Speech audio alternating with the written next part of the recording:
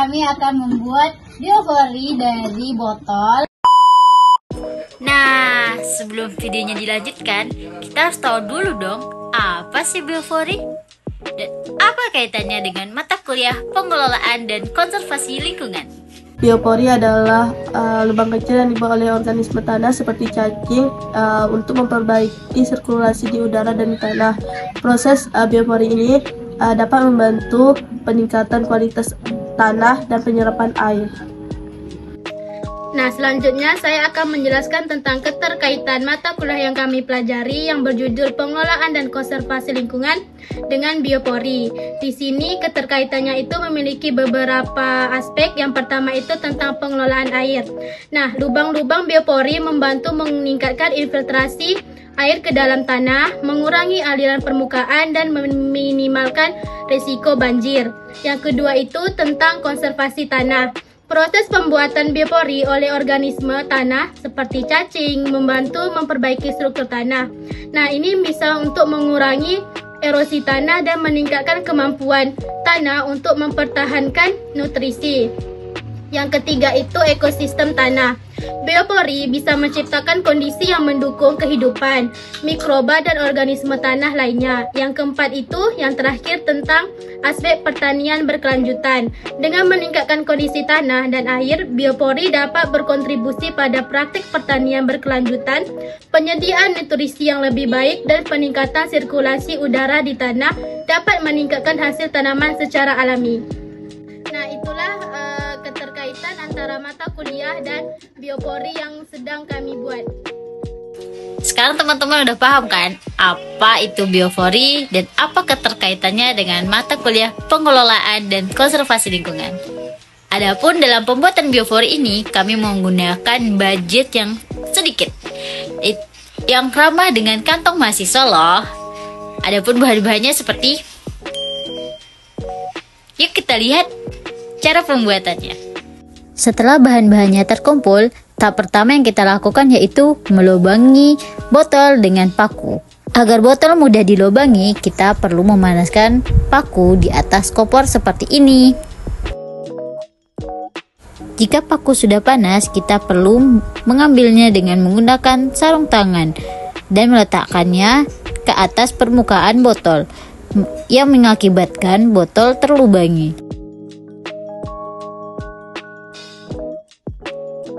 Jika alat dan bahannya sudah siap, mari kita lanjutkan ke tahap pembuatan biofori. Tahapan pertama yaitu mengukur tanah. Nah, di sini kita ukur jarak antara pohon dan lubang biofori itu sepanjang 1 meter.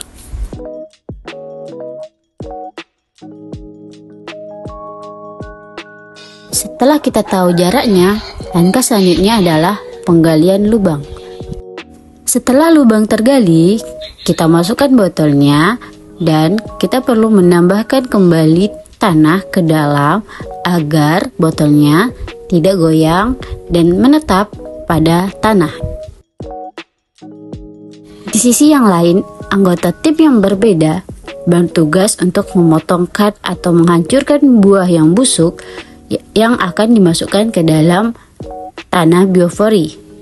Ini bertujuan agar buah lebih cepat melebur. Dan langkah selanjutnya, masukkan buah ke dalam lubang biofori. Jangan lupa tutup kembali ya. Setelah sampah buah siap, selanjutnya adalah sampah kulit buah. Tidak hanya buah-buahan loh, ternyata eksperimen kami juga menggunakan sampah daun kering. Tujuan membuat biofori daun kering adalah mengurangi sampah dari pohon, yang diharapkan ke depannya tidak ada pembakaran sampah daun kering lagi. Pada lubang selanjutnya, kami memasukkan sampah rumah tangga, seperti nasi, sayuran, ataupun hasil olahan makanan lainnya. Nah, akhirnya lubang biofori kami sudah siap. dapat kita lihat bahwa setiap lubang biopori yang kami buat memiliki teknik penutupan yang berbeda-beda loh. Agar dapat kita lihat bahwa teknik mana sih yang lebih tepat dalam penutupan lubang biopori. Setelah 3 minggu dari proses pembuatan, kini saatnya kita melakukan pengecekan biopori. Di sini dapat kita lihat bahwa sampah-sampah yang kita masukkan kemarin sudah melebur dan hancur.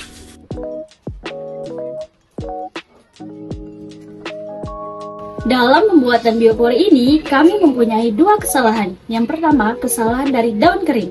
Daun kering itu tidak terlalu hancur, karena daun kering itu berbeda dengan jenis yang lainnya, sehingga memerlukan waktu yang cukup lama untuk menghasilkan pupuk. Nah, yang kedua itu kesalahan dari tutup botolnya. Nah, saat kami membuat biopori, tutup botolnya ada 3 jenis, yaitu yang pertama seperti ini, lalu yang kedua itu kami menggunakan jenis seperti ini, lalu yang ketiga itu kami menggunakan jenis seperti ini. Ternyata dari hasil dari biopori kami, jenis tutup yang paling benar itu adalah seperti ini.